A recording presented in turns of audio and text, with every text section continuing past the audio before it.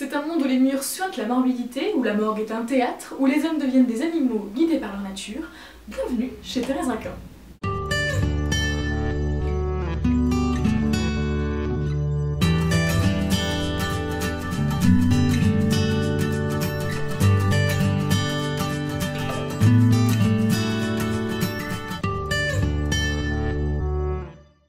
Pour s'y retrouver, mieux vaut diviser les 32 chapitres du livre.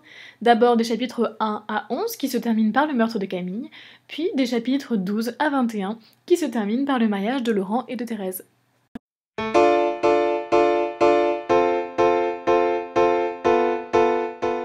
Dans les chapitres 1 à 11, Zola expose tous les acteurs du drame qui va se jouer dans cette petite boutique qui ressemble plus à un tombeau qu'autre chose. Le premier personnage qu'on rencontre, c'est évidemment Thérèse, qui est née en Algérie et qui a été abandonnée par son père. Elle est recueillie par sa tante et va vivre avec son cousin Camille, qui, comme le laisse supposer son prénom, a quelque chose plutôt de féminin que de masculin. C'est dans cette atmosphère pesante que la jeune fille va évoluer en cachant sa vraie nature qui est faite de feu et de flammes, et elle va suivre toute la petite famille quand ils montent s'installer à Paris. De toute façon, elle n'a pas le choix puisqu'elle est mariée à son cousin Camille. Alors coucher avec son beau-fils on peut pas, mais avec son cousin ça pose pas de problème. Oui, mais on peut pas vraiment dire que ce soit l'éclate pour autant. En réalité, à part quelques soirées domino le jeudi, Thérèse elle a juste envie de se mettre une balle, hein.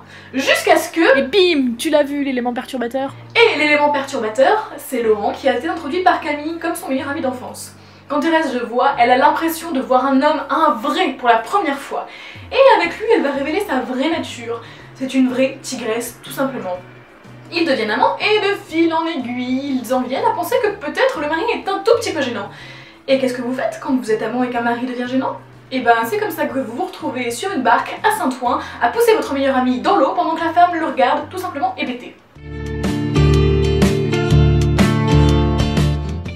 Et ben voilà, Camille est mort. La mère Raquin et Thérèse sont toutes les deux très affectées. La première parce qu'elle a perdu un fils qui, s'il n'était pas mort noyé, serait mort entre les seins de cette mère hyper protectrice. La deuxième parce qu'elle a peur d'affronter la première.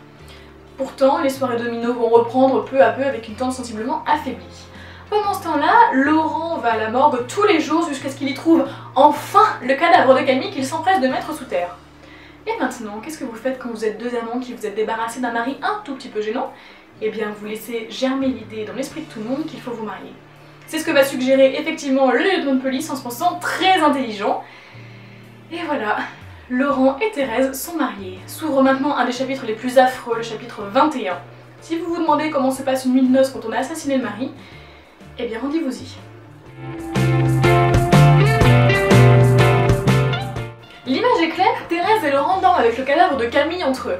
Autant vous dire qu'ils ne dorment pas du tout, et Zola prend un malin plaisir à faire monter la pression dans cette troisième partie absolument maléfique. On comprend que ça va mal finir. La mère Raquin est devenue maintenant complètement paralytique et se fait nourrir et porter par les deux meurtriers de son fils. Parce que oui, elle a compris maintenant que Laurent et Thérèse avaient tué son bien-aimé Camille. Et tout ça parce qu'ils s'accusent à longueur de journée à cause de leur culpabilité grandissante. Laurent bat sa femme et Thérèse sort de la maison tous les jours pour aller boire des shots d'absinthe et se taper des mecs un peu plus jeunes qu'elle pour revenir encore plus accablée. Ça y est, maintenant le théâtre de la dernière scène est en place. Laurent et Thérèse seront donc les acteurs, la cuisine sera le théâtre principal et la mère Raquin et nous, eh bien nous serons les spectateurs complètement impuissants. Laurent et Thérèse ont compris qu'ils avaient décidé de s'entretuer pour mettre fin à toute cette culpabilité et décidé finalement en réalité de se tuer ensemble devant les yeux de la mère Raquin qui va certainement mourir de faim, mais mourir en paix.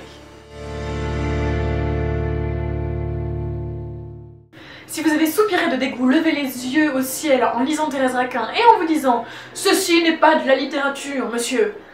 Eh bien bravo, vous faites désormais partie de la critique de la fin du 19e siècle.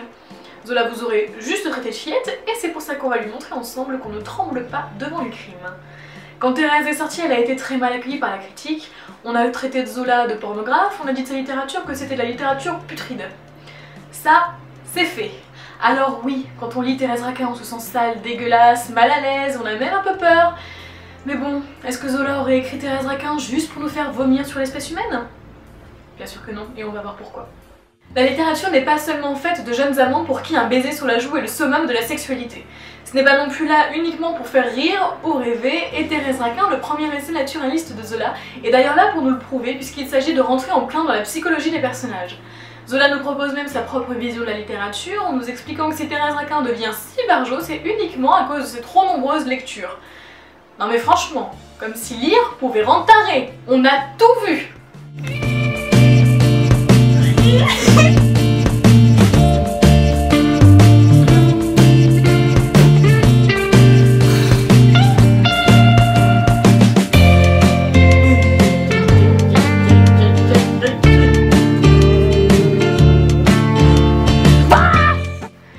D'abord, toujours faire gaffe aux descriptions et aux détails. Quand un livre commence par « Au bout de la rue Guénégaud », lorsque l'on vient des quais, on trouve le passage du Pont Neuf, une sorte de corridor étroit et sombre qui va de la rue Mazarine à la rue de Seine. Et ben franchement, on commence mal. On n'a même pas entamé le bouquin qu'on est déjà à la fin du chemin. Si Thérèse Raquin a tout le long du livre l'impression d'être enterrée vivante, eh bien la pauvre, c'est parce que c'est le cas. La mercerie est une sorte de caveau, de tombeau, et elle y étouffe. La première image qu'on a d'elle d'ailleurs, c'est cette sorte de tête qui flotte dans les ténèbres de la mercerie et qui ne nous donne vraiment pas envie d'y aller.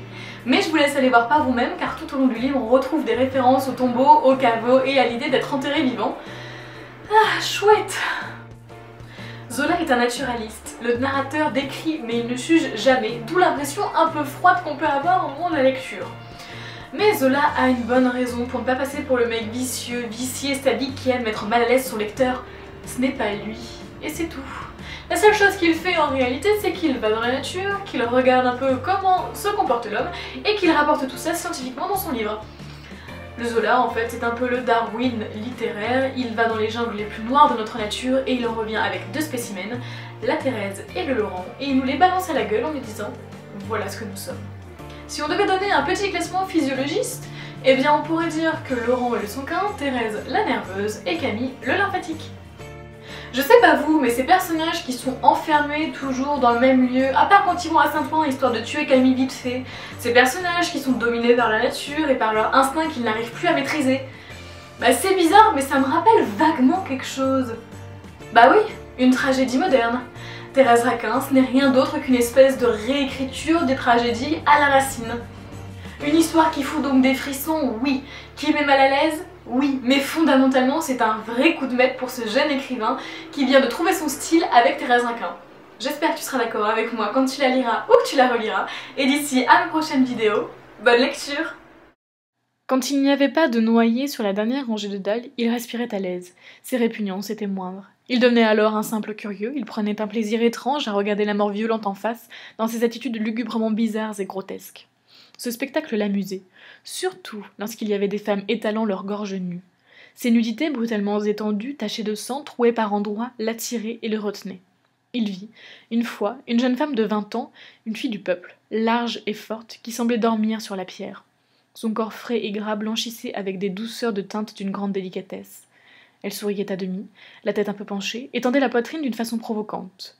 On aurait dit une courtisane vautrée si elle n'avait eu au cou une raie noire qui lui mettait comme un collier d'ombre.